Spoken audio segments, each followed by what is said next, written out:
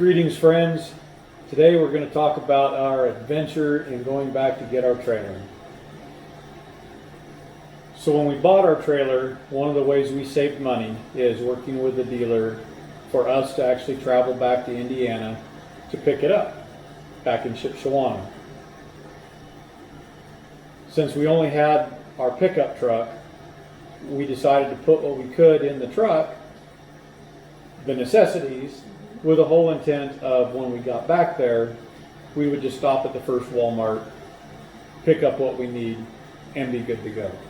And of course, part of what played into this was usually when we go on a trip, because of food issues, I have a bunch of food already made or I have things planned. We have pretty much everything that we need. We're very prepared because we have to cook all of our food from scratch. And I don't want to spend all of my time cooking. And so when our trailer was ready months before we thought it was going to be, and we were suddenly like, oh, Friday, we're going to leave Monday, there wasn't time to get everything done.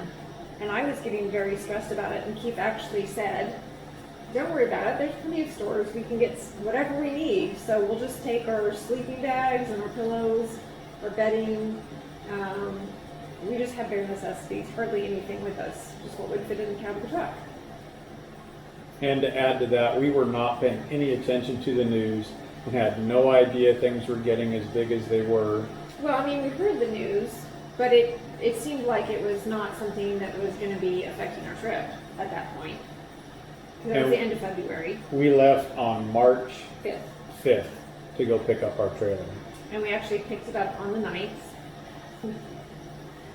And of course, when we left, especially, we'd been watching the news a little.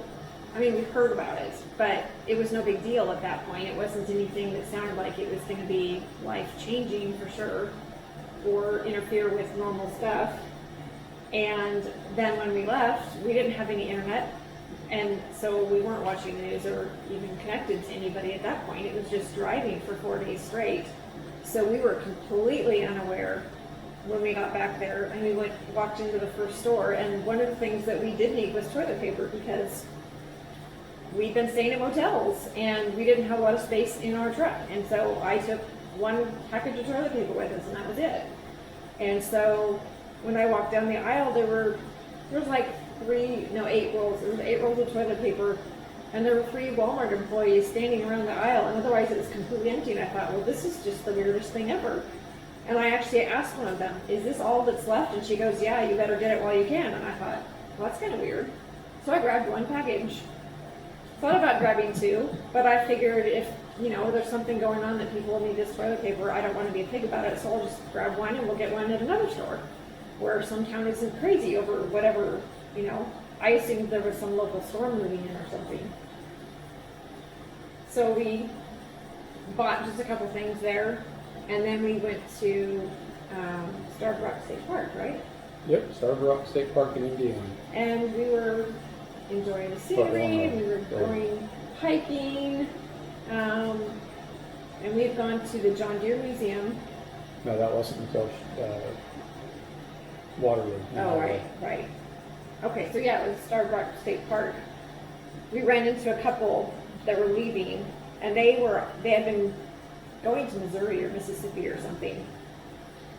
They had dropped their daughter off at college after spring break or after finals or something. Anyway, they'd gotten a call from their daughter saying that the school was completely closed and they had 48 hours to pick her up. And so they were headed back to Chicago to go pick up their daughter. And that was when we suddenly looked at each other and went, something's going on here. And so we called our daughter, and she was telling us that they were talking about closing state borders and all those other things, and all of a sudden we were like, are we even going to be able to get home? And that was like, oh, well, that's why the store was out of stuff. I don't know why toilet paper, but they were just out of so much stuff. And so at that point we decided, let's make a list and figure out everything that we're going to need for like 2 weeks and buy that so that we don't have to hit another store. That was our plan. And we got up at 6 in the morning and went to Walmart, bought the stuff that we needed, and that was it. Pretty much. I do have to say the trip back to Shipshewana was a decent trip. The highways were clear, even for that time of year. Mm-hmm. And it was That really was neat. beautiful.